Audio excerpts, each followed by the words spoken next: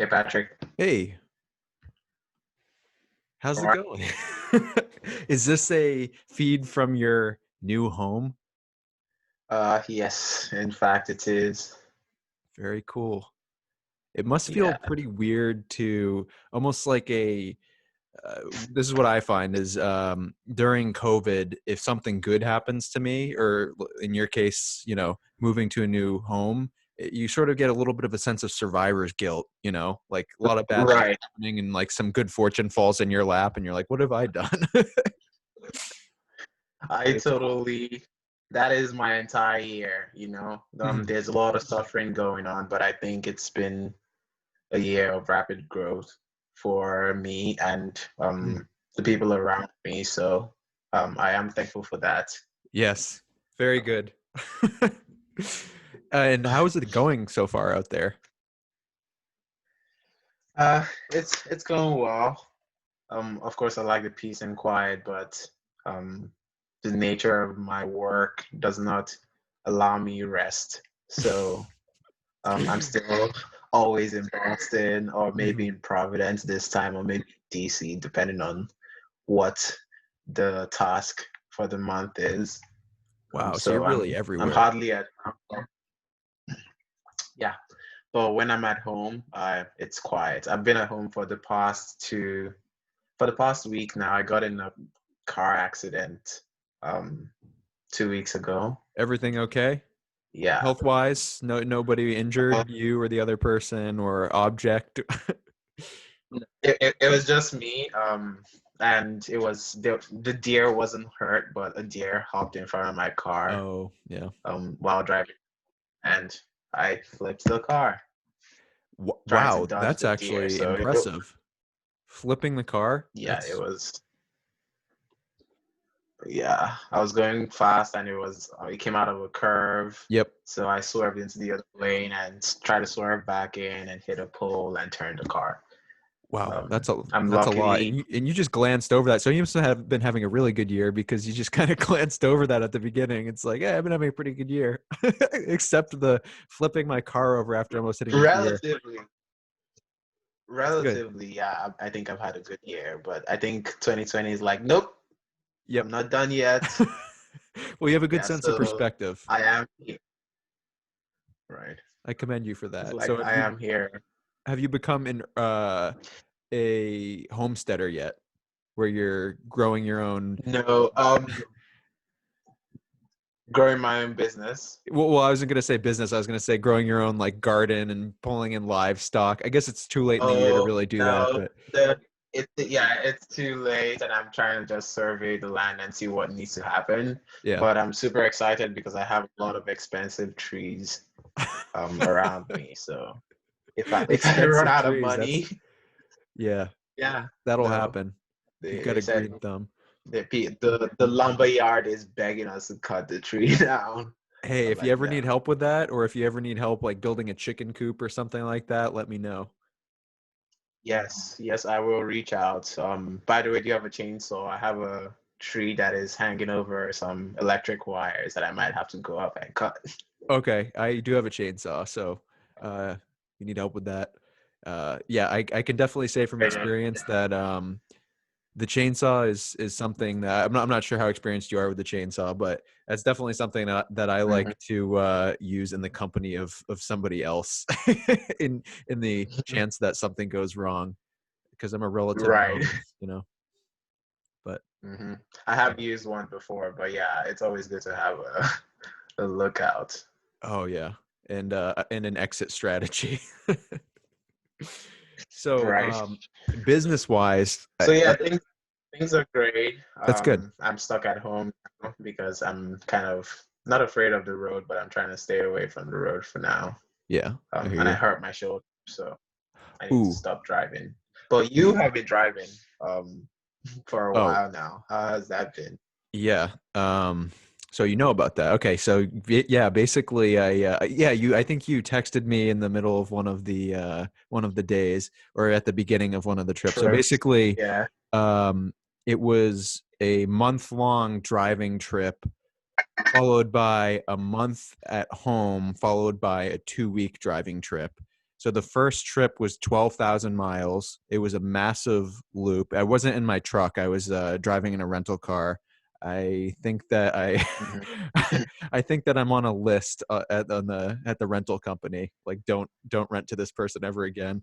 Don't rent to So this yeah, person. the Wow. depreciation that I put on those vehicles, I feel slightly badly about. But I did a basically massive loop around a counterclockwise loop across the northern states, down the coast of California, through the south, back up the east coast. That was the first trip, and that was mid-August to mid-September. And then I was feeling guilty that I had rushed back to be in Manhattan Mhm. during 9/11, and I really Yep. I rushed through Appalachia and the Deep South, and those are two regions that I had really Mhm. wanted to see, particularly just before the election. And I decided to hop back in a car after a month and go specifically to those regions, and that took another 2 weeks. Mhm. And that was another Yeah. 6,000 miles, and I am really glad to be back now. Not that I didn't see really cool stuff and meet interesting people, but that much sitting, the lower half of your body basically turns to pudding. Right, right, right. I I commend you for that trip. I would that sounds fun to just go and see other parts of the state of the country. Mm, I definitely want to do that someday when I have the time. yeah, and maybe spend a little bit more time than I did in some of these places, but it's definitely worth it. Right. Even some of the It places is. I'm sure that it you is. think are going to be well, I mean, it's a lot of the area that I hit is what gets termed flyover country, right? So I really wanted Hmm. to. Hmm. I've talked about. I mean, Yeah. maybe you would listen to one of the podcasts, but I basically talk about how I kind of want to pop the bubble, so to speak, of a lot of people who Hmm. have never been through those regions. Right. Yeah. There are flyover states, but that's kind of what I am drawn towards. Like leaving the city was a no-brainer for me. Hmm. I'm like, I don't need this. Exactly. Yeah. It's good to be. And It's I good to moved have to the access to suburbs. it. I think you realize, but you don't need to be there all the time. Right. Right. Economically, the city makes sense. But when you start thinking about it, thinking about values, and I'm sure you saw, well, I listened to your latest podcast, so I heard it, Mhm. that even these people that we um term the opposition are just regular people like us dealing with regular things. And when we learn to humanize everyone, we understand each other better. Mhm. But the difference between a city folk and someone who is in a flyover state is that that person in the flyover state is making do and engaging the community rather than being economically driven to Mm. multiply dollars, which is what a city is. Yeah. Oh, yeah. Um, so that's that difference. Um, and I draw towards like more community, homegrown, you know your neighbor, Mhm. everyone is friendly, small town, rather than just something so big and complex that we lose our way. Likewise. Yeah, it's more wholesome. I think we've kind of lost that wholesomeness in the shuffle and Yep. in um the li- Expansion. the lifestyle expectations of living in a city. And I think that a lot of people are really in search of, and it sounds cliche at this point, but they're really in search of the sincerity and the authenticity of a closer community and, Hmm. family and stuff like that. So Yeah. once again, I commend you Yeah. for making the move. Yeah. I'm happy doing it. And I kind of was talking to a friend about this, and I'm like, why do we work so hard? Well, get groomed basically from infancy by the community and grow up in the community. The community has given so much to make you who you are, and your first move is to leave and never come back. Yeah. That's what often happens when people just go to college or go to the big city to find something, but that value that the community built there, the assets, has left and doesn't come back.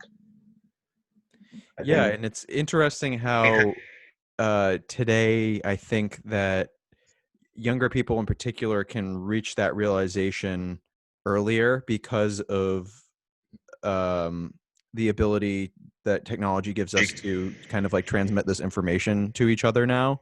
So it's Mm-hmm. like you sort of have accumulated wisdom that if somebody's paying attention, they can get much younger, so they can kind of plan ahead for that rather than having to experience it Right. firsthand and have that realization, that sinking feeling of, oh, I All made a over. huge mistake. Right. Right. Right.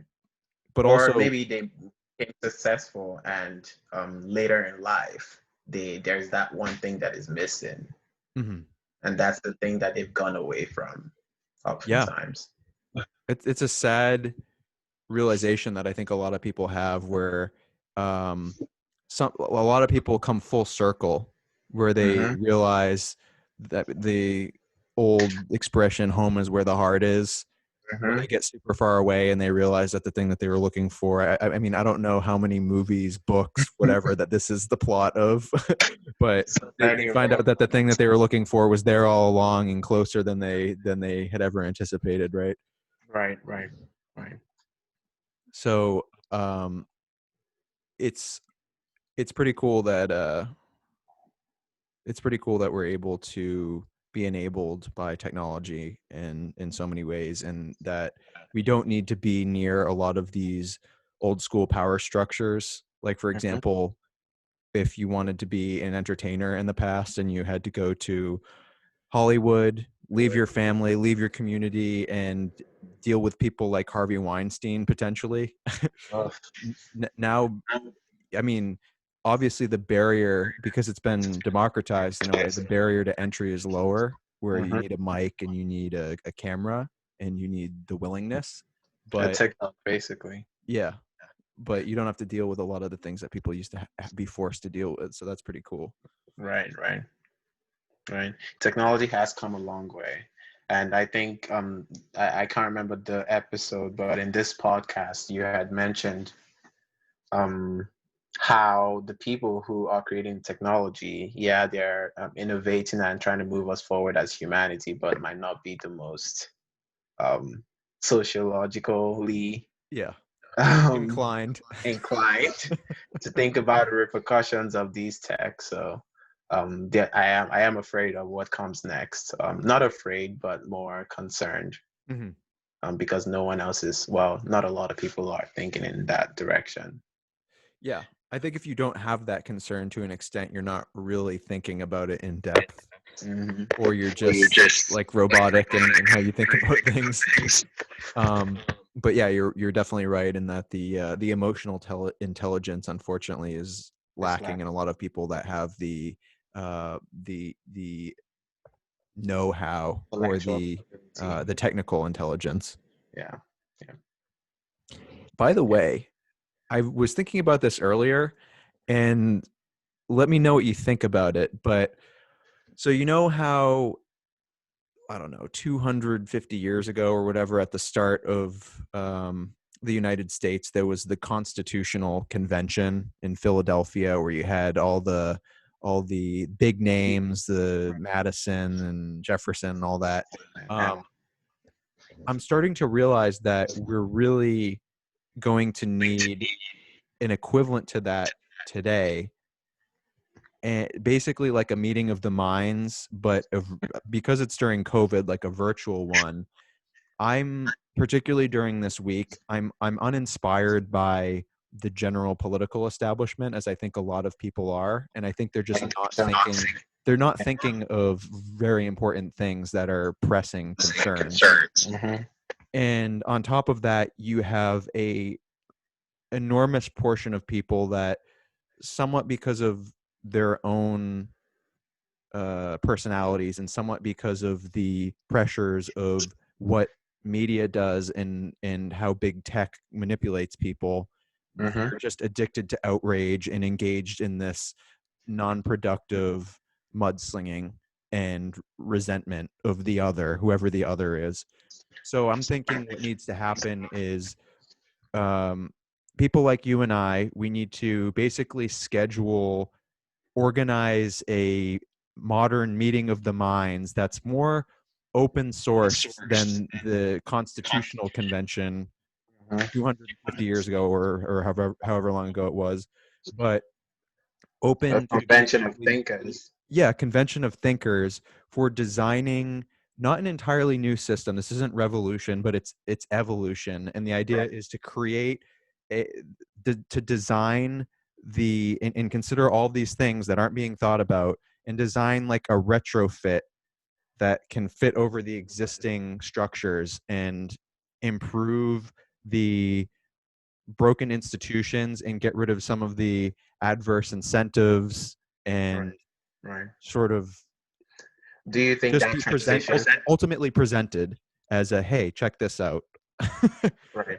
No, I totally hear you, and honestly, that idea is not so far from what I've been thinking about because I'm totally unimpressed with the election. Mhm. As someone who doesn't get to partake in it, but yet affected by it, I'm just unimpressed, Yeah. basically. And it's that my unimpression is just because of the outcomes, regardless of what it would be, how politics is so drawn out, the Mhm. change we seek that need to happen ASAP Oh, can't even happen. exactly. So this whole week is a joke to me, and I've just turned off my phone So have I. Yeah. from that notification. But what the case may be, I think it's become evident that we need more parties Mhm. because the representation is very limited, and if you try to fit yourself too many different types of people in one group, Mhm. that's not unity in any way. I think young people need to get into politics Yeah. because we are the ones who bear the consequences of the decisions being made right now. And having people who are already thinking about, okay, what would a world moving forward be like? What are the projected technological advancements Mhm. that are bound to come and fix this problem our society is facing now? People who can think far out and have the foresight Mhm. to think about what we need to do moving forward. Because you're right, evolution has to happen.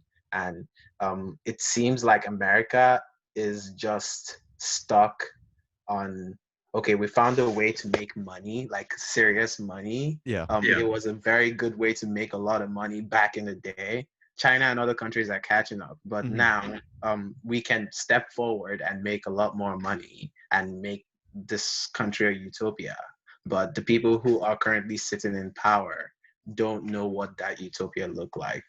looks like, and they can't imagine it because they are their cap of like exploration with the mind that's crystallized um, knowledge, or Yeah.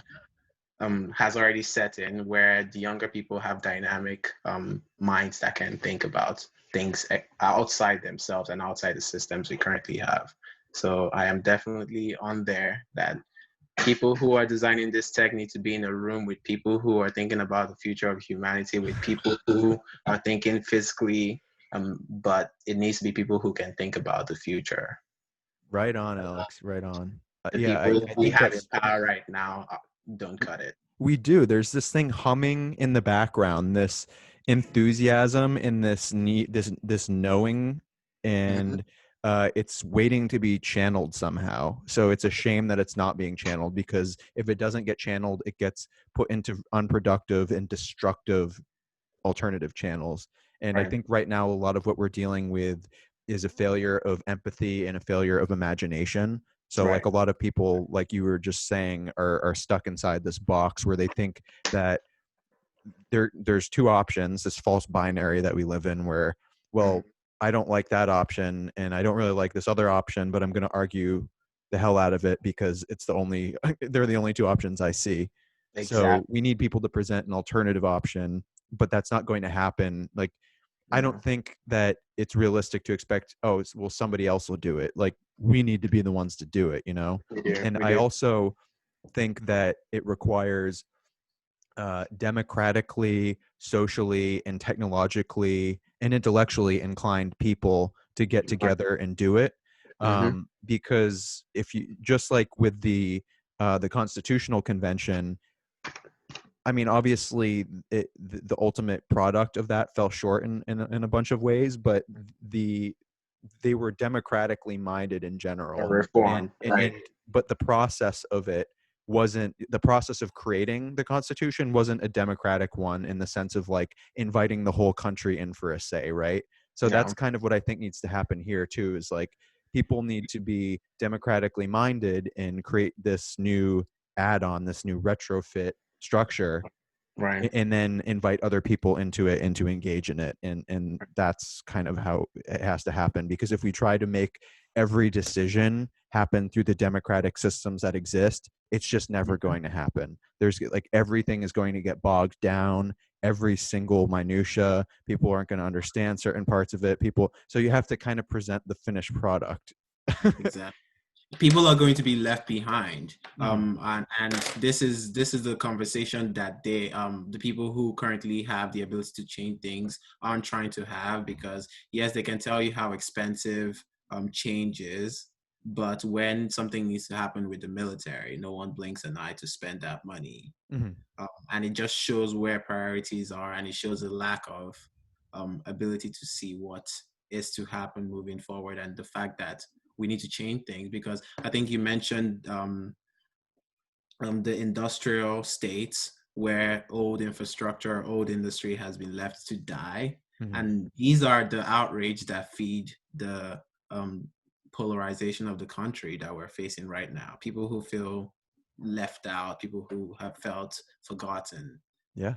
And if you ultimately want to say, okay, we want to um, immediately change things, um, the question is how are you going to do that without like gradually uprooting these systems? And transition is necessary.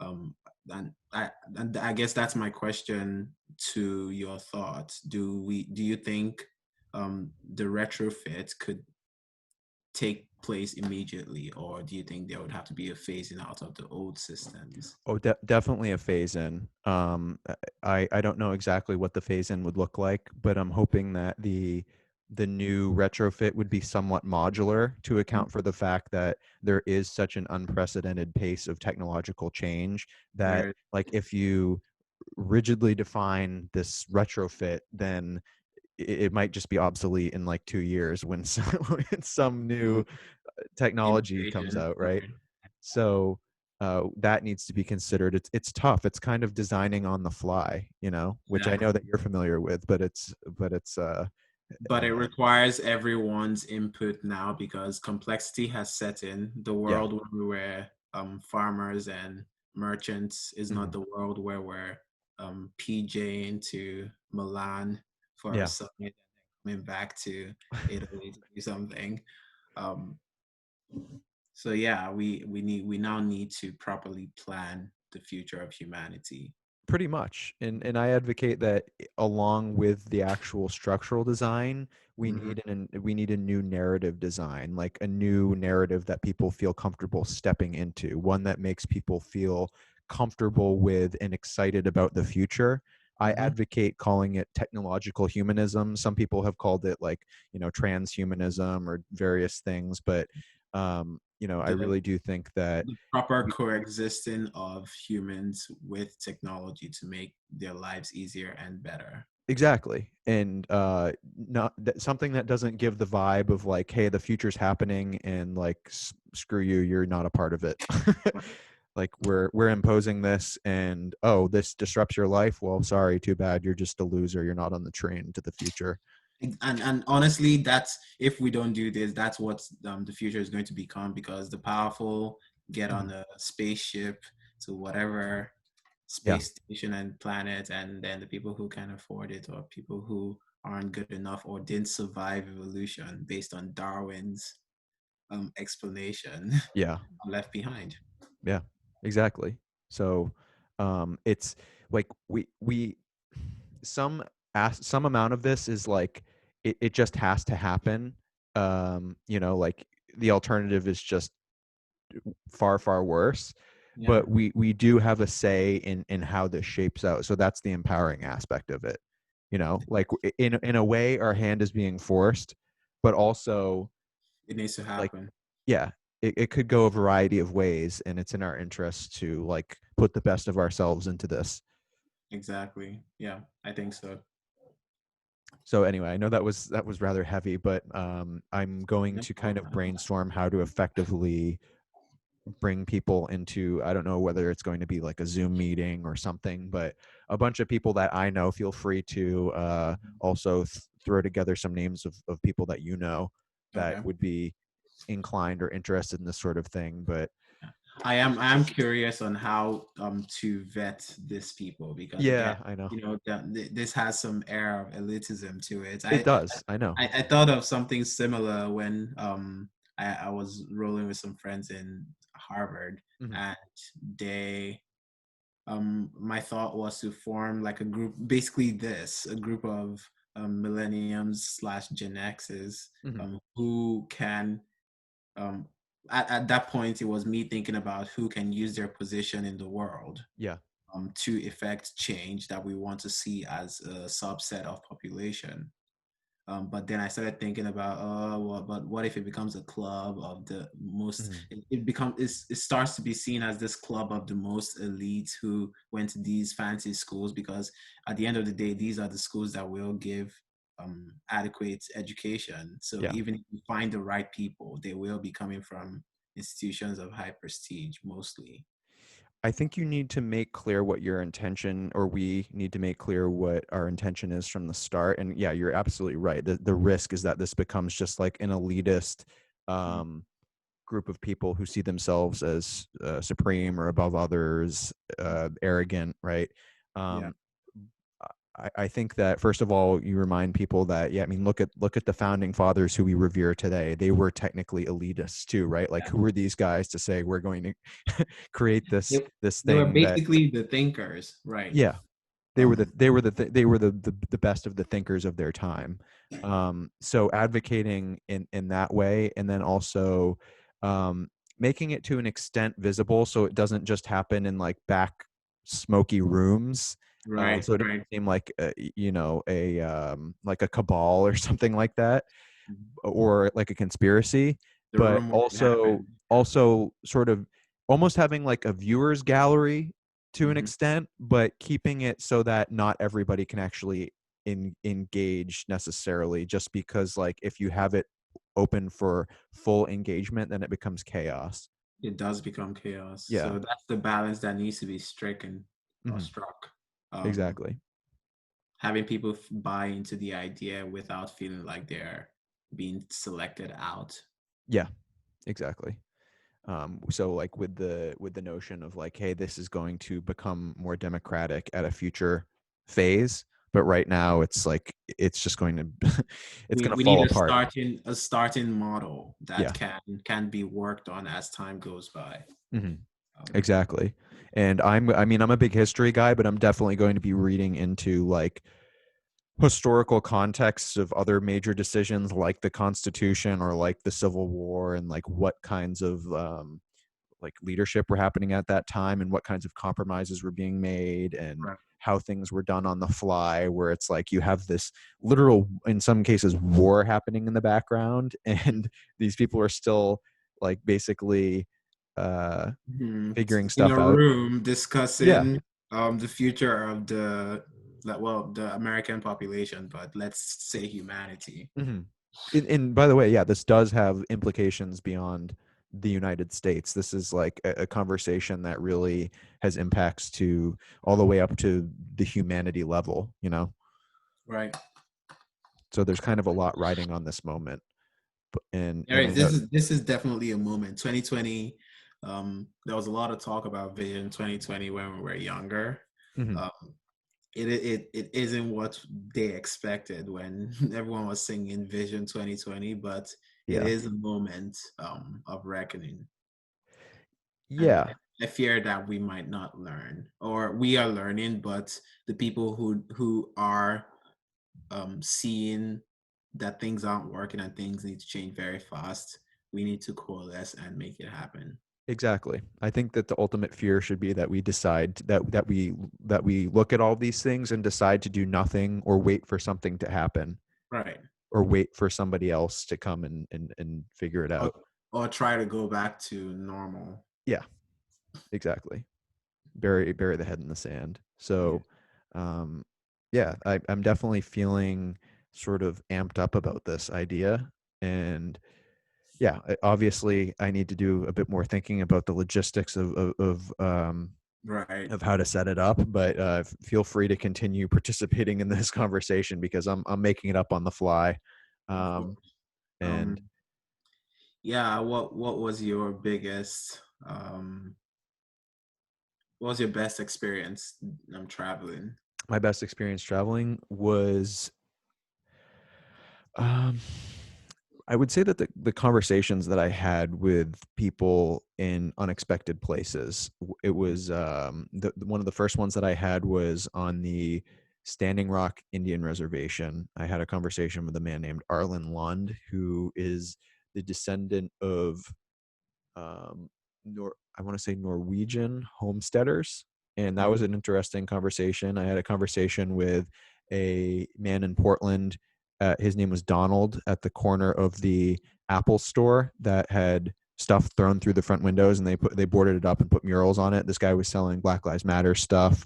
Had a Mhm. conversation with a waiter at a Syrian restaurant in Portland. Had a conversation with like a pretty diverse group of people. A guy in southern Pennsylvania who he had a giant stack of like pro Trump flags, and his son came over and was wearing a Confederate flag outfit. It was Wow. very it's like I you know You only get those conversations once in a lifetime, right? exactly, yeah, yeah. So yeah, So the perspective of all of that I found quite rewarding.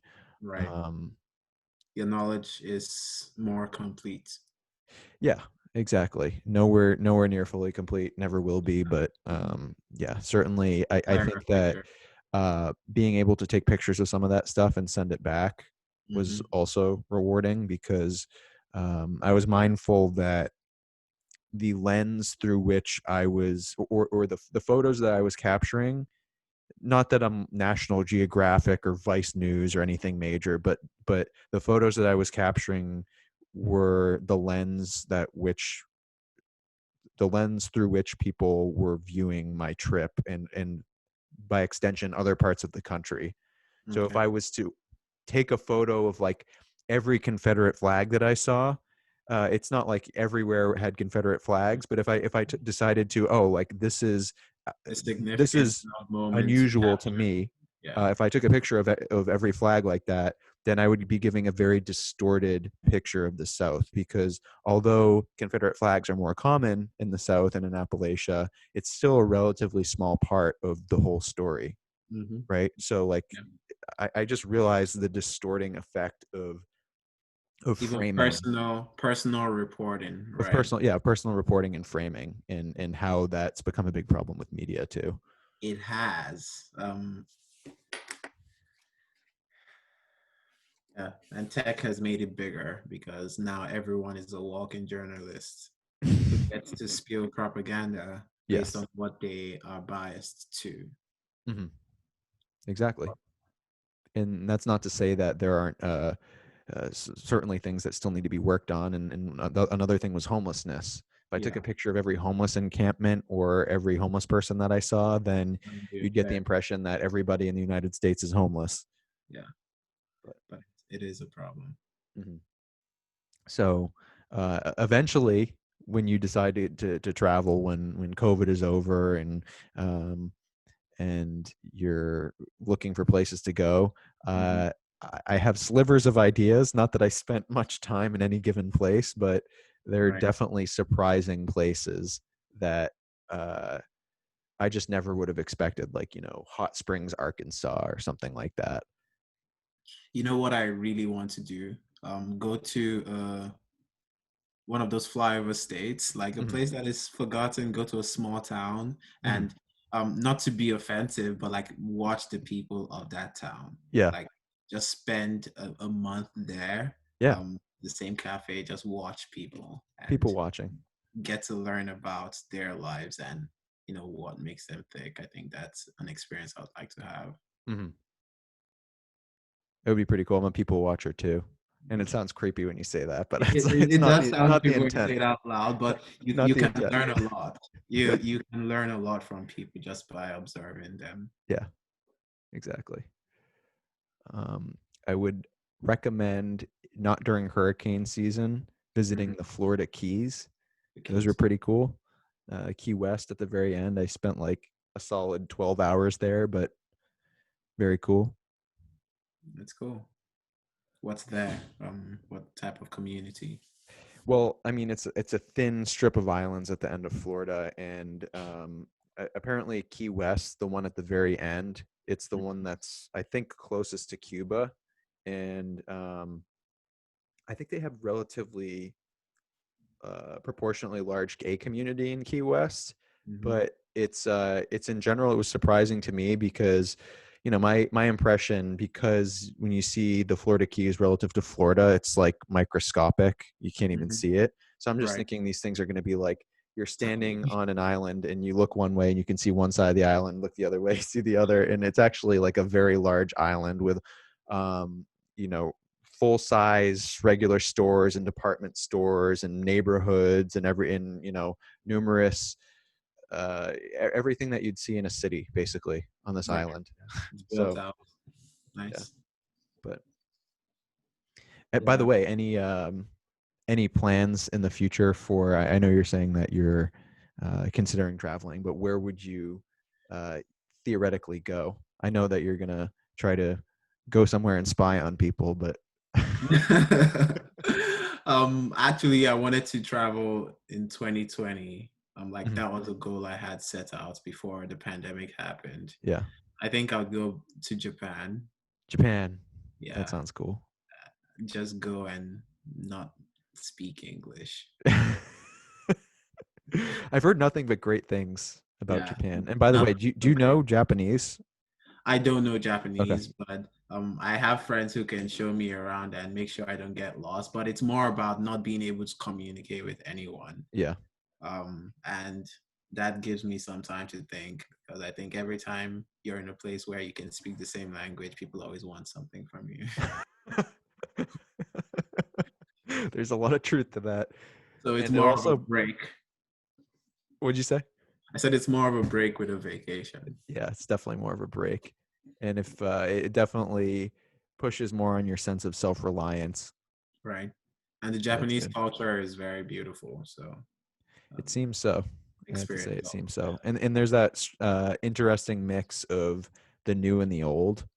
Right, right. And this is exactly what we need to start studying every culture and seeing what different aspects of those cultures actually allow the people to be more human.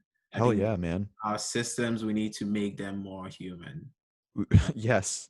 And how do different cultures integrate the new and the old Right. and bridge generational gaps? Hmm. Because that's another major thing right now is Exactly.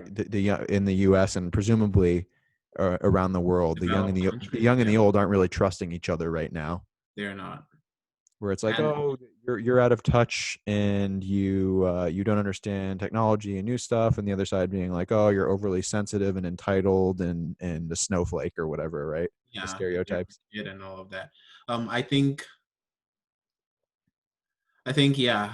If I'm to put my overall lens or and judge, well, not judge. I'm not a judge. I don't Mhm. get to judge the world, but like give my opinion about the entire world. I think everything that you can mention to me, I'll find a way to link it to capitalism because the old generation, they're not just thinking the young generation is stupid or they don't think or they are lazy and all of that. Mhm. They have to think that because they are not really paying as much attention because they're trying to not be in debt.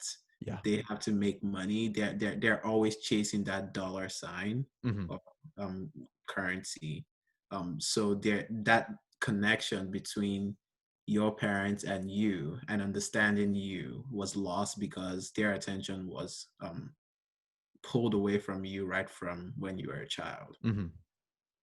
And it's made people more adrift and unhappy from the things Exactly. that parents and grandparents knew a bit better. Exactly. Yeah. And they could connect more because they knew not every stupid thing a teenager does is because they just want to be stupid. It's a call for attention. Yeah. Um, Yeah. And I think I've talked with you about this before, but to add pressure on what we were talking about before with this constitutional convention idea. We are a unique generation, the millennials, in that we stand abreast we're the bridge. One We foot stand on with both one foot sides. in the Yeah. pre-technology era and one foot in the technological era. So we have a bit of an understanding of technology and a bit of an understanding of humanity, and knitting those two together effectively. And this is generalizing, but the people who grew up squarely within technology might Mhm. have a harder time relating to people, and you're seeing a lot of that with Yeah. anxiety with younger people, and then obviously the older people, whose brains are more set at that later point in Mhm. life, It's struggle kind more of with learning harder. technology. Yeah. Exactly. And that a lot gives room for ageism or the feeling of ageism, but it's Hmm. more of a lack of connection with the new way of doing things. And that's unfortunate. Yeah, and I think the feeling of being left behind too. Like I have talked with a lot of older relatives and just in general older people in the preceding months, and I Mhm. just do get that sense, and it makes me think about how, like, the rapid nature and the constant information consumption of today makes us frustrated with anything that doesn't, like, you know have like or any device Semblance or of person that doesn't have like a mental frame rate of like rapid, and right. so we lose Exactly. patience, and it's like we need to chill out a bit and be more um you And know give people space. forgiving, and also, like, we need to basically help older people be more, like, excited about technology too, because right now it just seems like this thing that's here to, like, take the next generation away from them and to make Mhm. them feel obsolete. Exactly. Yeah. But And that yeah, there is lack of connection in the different systems that are trying to evolve from what have been doing way back when. mhm. Um, and we've had poor handling of those transitions thus Yeah, far. yeah, we've lost sight of the, like, technology could theoretically modify and make better some of the old school things, but Mhm. I mean, I'm excited about how there has been this shift back towards, like, healthier food practices, and I don't know, like, the thing that's called mindfulness today suspiciously looks a lot like, Like Eastern normal. religion of Yeah. like thousands of years ago and stuff like that. So there's been It like was this. normal back in the day. Exactly. This is what people did. So Hmm. we are learning to look back, and that's that full circle. Hmm. And when you start seeing entire populations start to close a circle, theoretically that's a closing of a cycle. And if that should be any warning that we have drifted far enough and we've come full circle. So are we moving forward, or we're chasing our tails in this That's a really good way of putting it, actually. Like evolution? like the Ouroboros, the snake eating its tail. Mhm. Yeah, I think we've grown to, hopefully I'm seeing this, it's emergent, but a growing number of people have grown to appreciate and nurture their minds and bodies, Right. which is good. So anyway, that's pretty much the end of my riff. Is there any topic that you wanted to get into, or anything, any last comment that you wanted to make? We can keep talking and talking and going in circles and Yeah, back and forth and feeding each other's conversation. But yeah, I think we did some justice on the proposed summit of thinkers. exactly. Yeah. Yeah. And That came into my head earlier today, and I was like, I think this is a sign, is that I'm supposed to talk with Alex later, and he seems like the guy to bring this up to. yeah, So you're the inaugural mind to hear was- this. Thank you for not just swatting it down or breaking it open like a pinata. I am honored. Coming into this, I was like, Patrick didn't tell me what we're gonna talk about, so there is no dress rehearsal, and we go into the Zoom, and I have a recording button on. I'm like, oh, there we go. I Yeah, can yeah. stand up now because I have boxers on. Hey man, you didn't convey it at all. You got the full confidence. Maybe the boxers is just the thing. You can, No, if this summit idea eventually happens, you're more than welcome to attend every to session in Zoom, boxers. to Zoom in boxers. Good. Yeah. I'll make that a thing. I'm wearing full pants just for full disclosure. All right, fair enough. Yeah, this was great. I always love chatting with you. Likewise, Alex. Likewise, you're always invited back, and thanks for coming on. And I didn't even say it at the beginning. And sometimes I'm like, do I even say like the official? Hey, this is Man vs. Mob, and I just forgot. So that just is a We're testament to the doing the thing. natural conversation that we have. Yeah, always. All right, later, Alex. Have a good one.